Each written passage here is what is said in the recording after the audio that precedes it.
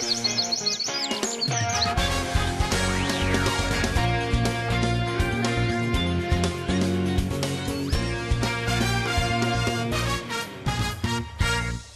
en welkom bij Simmer in Friesland. We zijn het in Oudeborn. Ja, en daar staat wetter vanzelf centraal. Maar ook de dorpskroeg had hier een wichtige rol, ja. En we hebben er een pareltje van een hoes van. Kom op, we gaan Oudeborn in.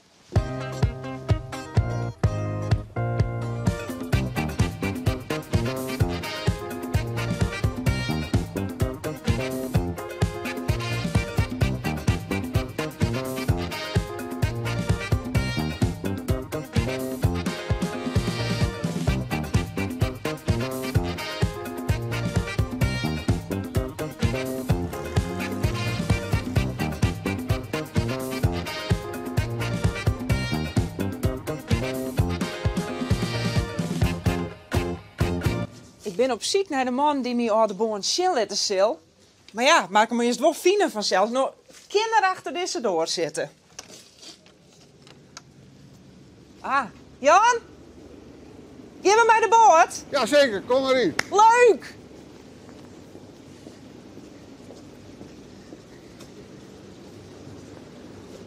Zal ik het touw dan maar even losgooien? Ja, dan wordt het niks, hè? Jan de Kamp, ben je hik en tijden in Oudeborn? Ja, ik ben hier hik en tuin. Ja. Wat maakt dit dorp nou zo bijzonder? Het is een compleet dorp. We hebben hier van alles. De mierskippen hier geweldig, vind ik. Er is natuurlijk altijd wel eens wat, maar als er wat is, dan wordt het oplast. En ja, samen jongen. De boon, de wasterboon, en dat is gewoon een plaatsje. En daarom doen we het nog varen erbij. Hier is het arkje van de ouders van Jorrit Bergsma. En het matse wijs dat Jorrit hier zijn eerste streken op het ijs zetten heeft. Nou, wat uitgegroeid is tot een enorm succes. Dus eigenlijk zijn succes is hier begonnen. Ja, daar ben we basis heel groot op. Dat snap ik. Dit gebouw is dat de IJzeren Man. Dit had ooit in bezit was van een horeca-ondernemer. Het weer een kroeg? Nou, een restaurant. Oké. Het is nu in particulier bezit, maar toen hadden de Dubliners hier spelen, die eigenlijk hier connecties maken. De Dubliners van De Dubliners, I've been a wild rover Ja, for ja. many more years. Zo wie het? Zo wie het. Ja, 120 goenen per kaartje. Dat waren Zo? toen ooit de duurste kaarten die verkocht werden. Maar ja, hier zit ik maar 50 man in. Daarna gingen ze naar de grote arena's en stadiums. En ze gaan hier spelen. En ze hier spelen. Ongelooflijk. Nou hebben we hele prutte, hele mooie oude dingen, jongen. En nu komen we toch in iets heel moderns. Ja, dit is op het moment toch wel de trots van Boon. Een heel leuk initiatief van een jonge vrouw, Ingrid Riemersma. Die heeft al geregeld dat deze bregen 100% beschilderen wordt met graffiti-kunst. Daar hebben we natuurlijk ook wel heel vaak over vergaderingen in Boon. Het ene moet dit erop en het andere dat. Maar het zijn prachtige initiatieven en nou, het is slagen.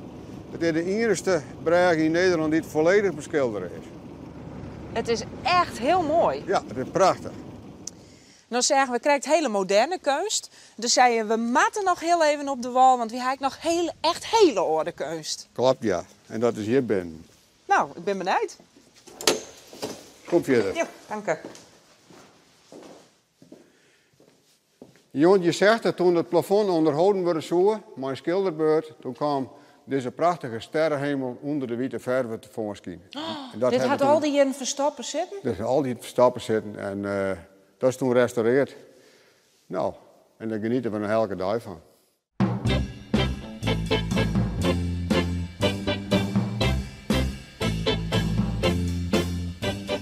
Goeie, dit is Jan van café Moeke de Bruin. Ja, Moeke de Bruin is zeker even jongens die op dak. En hoe moet ik het verbinden? Het shirt dat kan ik alleen begin.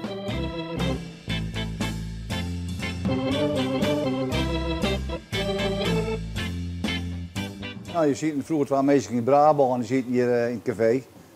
En ja, het café verbouwd en die toch weer met maar naar Namaha. Nou, het is een bruin café. En we gaan ooit naar Moeke, Tante Leen, die heeft die sekstrie, die zit naar mij, Piet. Dus als, nou, Moeke de Bruin, zou die naam ontstaan.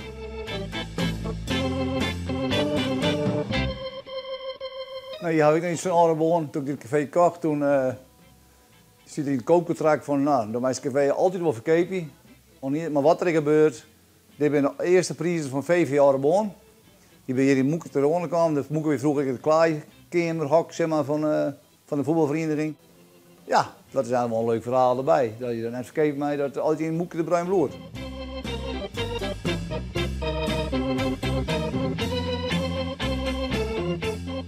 Ouderboorn is het dorp en de kroeg is een heel belangrijk onderdeel van dat de mensen kwamen wol steunen en helpen. Wat me meeste bijbloed is toch wel de crematie van Jeroen Beeksma.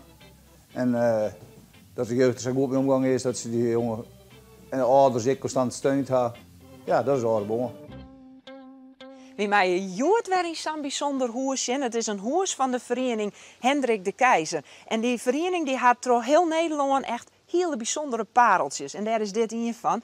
Helga Volkertsma die wennet hier. En ze is met haar man, Paulus Volkertsma, naar Ouderboorn kwam. En Paulus Volkertsma wie een hele verneemde Friese componist. We beginnen binnen. Goeiedag, mevrouw Volkertsma. Goeiedag. Wat een mooie kamer. Ja. Wat is dit voor kamer? Dat is de opkamer. Die zit boven een kelder.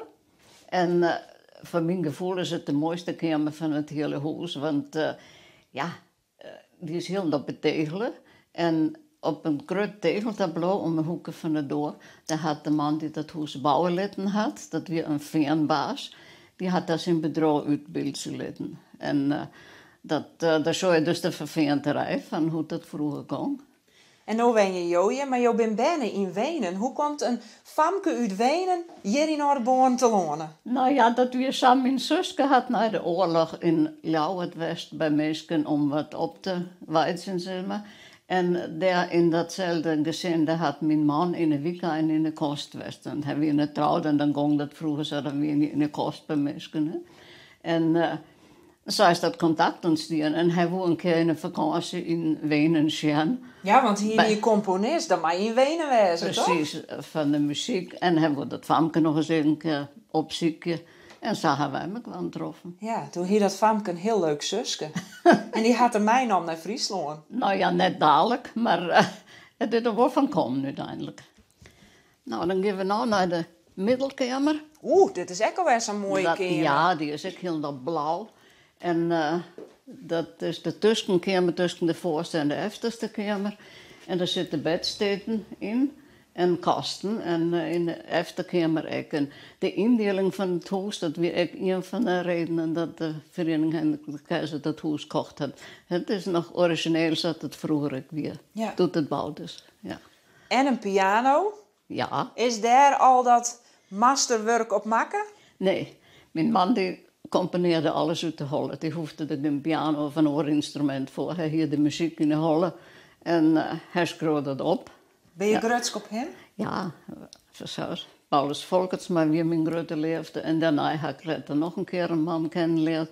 Nou, van de Bol, daar heb ik dik 30 jaar mee te gaan wennen, ik in dit huis. En nou ja, ik ben gewoon heel lokkig. En ik heb jou hele aardige baan, hele leven baan. En hoe is vol leefde? Ja, zo is dat. Ja. Us daar in Ouderboorn zit erop. En het wie je leuk, ja? Simmer in Friesland. Ja, regen of wind, het maakt het al niet. Morgen ben we gewoon in Ichtenbregen. Dus graag gewoon dan. En nog een hele noffelijke joen.